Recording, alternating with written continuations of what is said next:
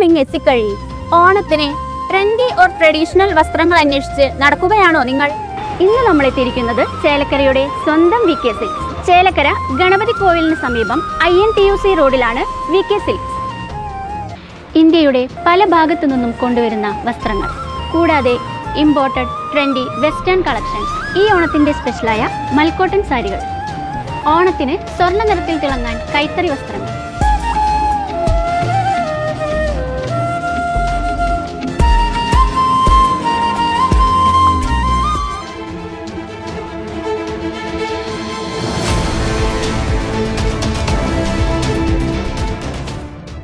ആറ്റൂർ സ്വദേശിയെ ഓൺലൈൻ വാഹന വിൽപ്പനയുടെ പേരിൽ വിശ്വസിപ്പിച്ച് 50,494 രൂപ തട്ടിയതായി പരാതി.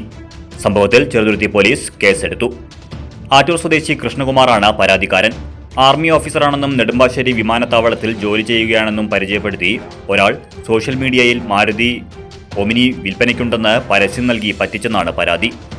KL 5 AH 1021 number Maruti Omni വാഹനം വിൽക്കാമെന്ന് പറഞ്ഞ് വിശ്വസിപ്പിച്ചതിനെ തുടർന്ന് പരാതിക്കാരന്റെയും ബന്ധുവായ യുവതിയുടെയും ബാങ്ക് അക്കൗണ്ടുകളിൽ നിന്ന് 6 ഇടപാടുകളിലായി ആകെ 50,494 രൂപ ഗൂഗിൾ പേ വഴി അയച്ചതായി പറയുന്നു.